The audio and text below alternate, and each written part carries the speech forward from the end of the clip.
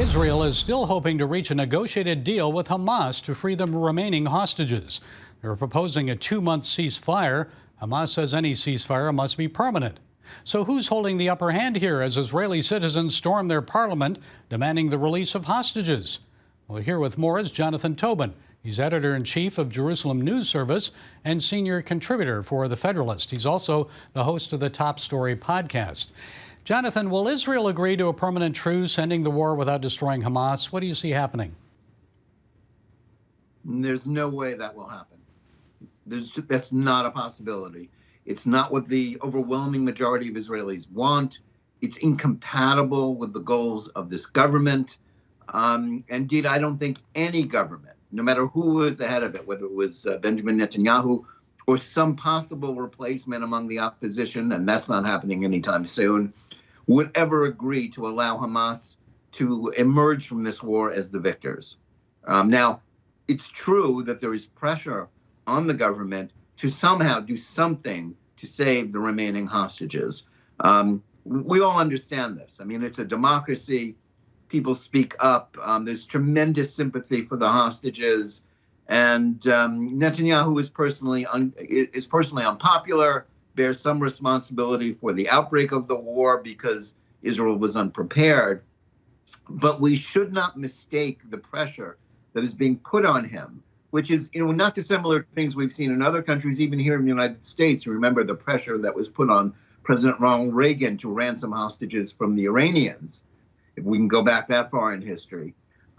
He will not agree to a solution that will allow Hamas to emerge unscathed from this. And if they are still standing in control of any part of Gaza, they will be the victors of this war. They will have been rewarded for the crimes of October 7th. And that is something that neither Netanyahu nor really the overwhelming majority of Israelis will possibly countenance.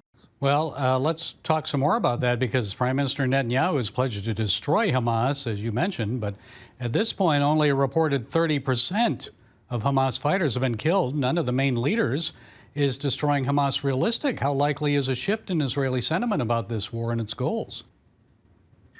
I think, there's a certain amount of pressure being put on Israel, not just from the hostage families, but from the Biden administration and from its willing accomplices and cheerleading section in the liberal media. Hence, we have articles in places like the New York Times where Israeli generals are quoting and saying, oh, we can never win. It's impossible. This is all part of an operation basically to save Biden, not to save the hostages, because Biden wants this war over. It's bad for him politically. This isn't the situation he wants to be in, and he's always wanted to topple Netanyahu. So that's the context with which we should view these sorts of sentiments. Now, of course, the war is far from over. The government has said that, the military has said it. And in part, it's far from over because of the pressure being put on the United States. Israel has moved very cautiously. It has tried everything it can to avoid civilian casualties, including endangering its own troops, which is why the casualty toll among Israeli soldiers has been high. If they really wanted to just go in and flatten the place, they would have flattened the place without risking any of their soldiers. Instead, they are risking their soldiers to go in to these very congested areas. Hamas, with international aid money, built a tunnel system that is bigger than the New York subway system underneath Gaza. What comes after the war? I know the Biden administration is pushing a 2-state solution, but we heard earlier last week, actually, from former Yasser Arafat aide, Tassir Sada. He's pushing some Israeli partners to go with the idea of a 1-state federation, which would include Palestinians in the West Bank, but not Gaza. So how much support is there for that idea? What do you think, 1 state, 2? Both of those ideas are non-starters. The 2-state solution is dead. The idea that Israel would allow Palestinian statehood and sovereignty and a military next to them after what happened on October 7th. Gaza, under Hamas, was an advertisement for what happens when you have a 2-state solution. As far as this 1-state solution stuff, diluting, making it not a Jewish state, Israel doesn't want that. A two-state solution theoretically is a good idea in the distant future when a sea change in Palestinian political culture has occurred in which they're no longer committed to the destruction of Israel. But we're nowhere near that yet. And until the Palestinians change, this isn't going to happen. Gaza security will be the responsibility of Israel after this war. There is no alternative to it. The United States won't do it, nor does Israel want them to.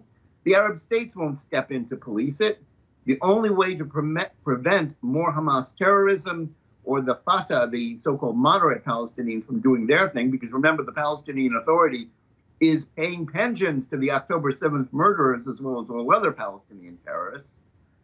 This isn't going to happen. So this is merely a Biden fantasy floated in order to ease his political dilemma because left-wing Democrats are pressuring him to pressure Israel.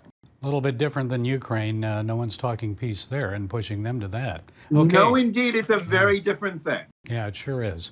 Okay, Jonathan Tobin, Jerusalem News Service Editor-in-chief, thank you for sharing those insights. We appreciate it. Thank you.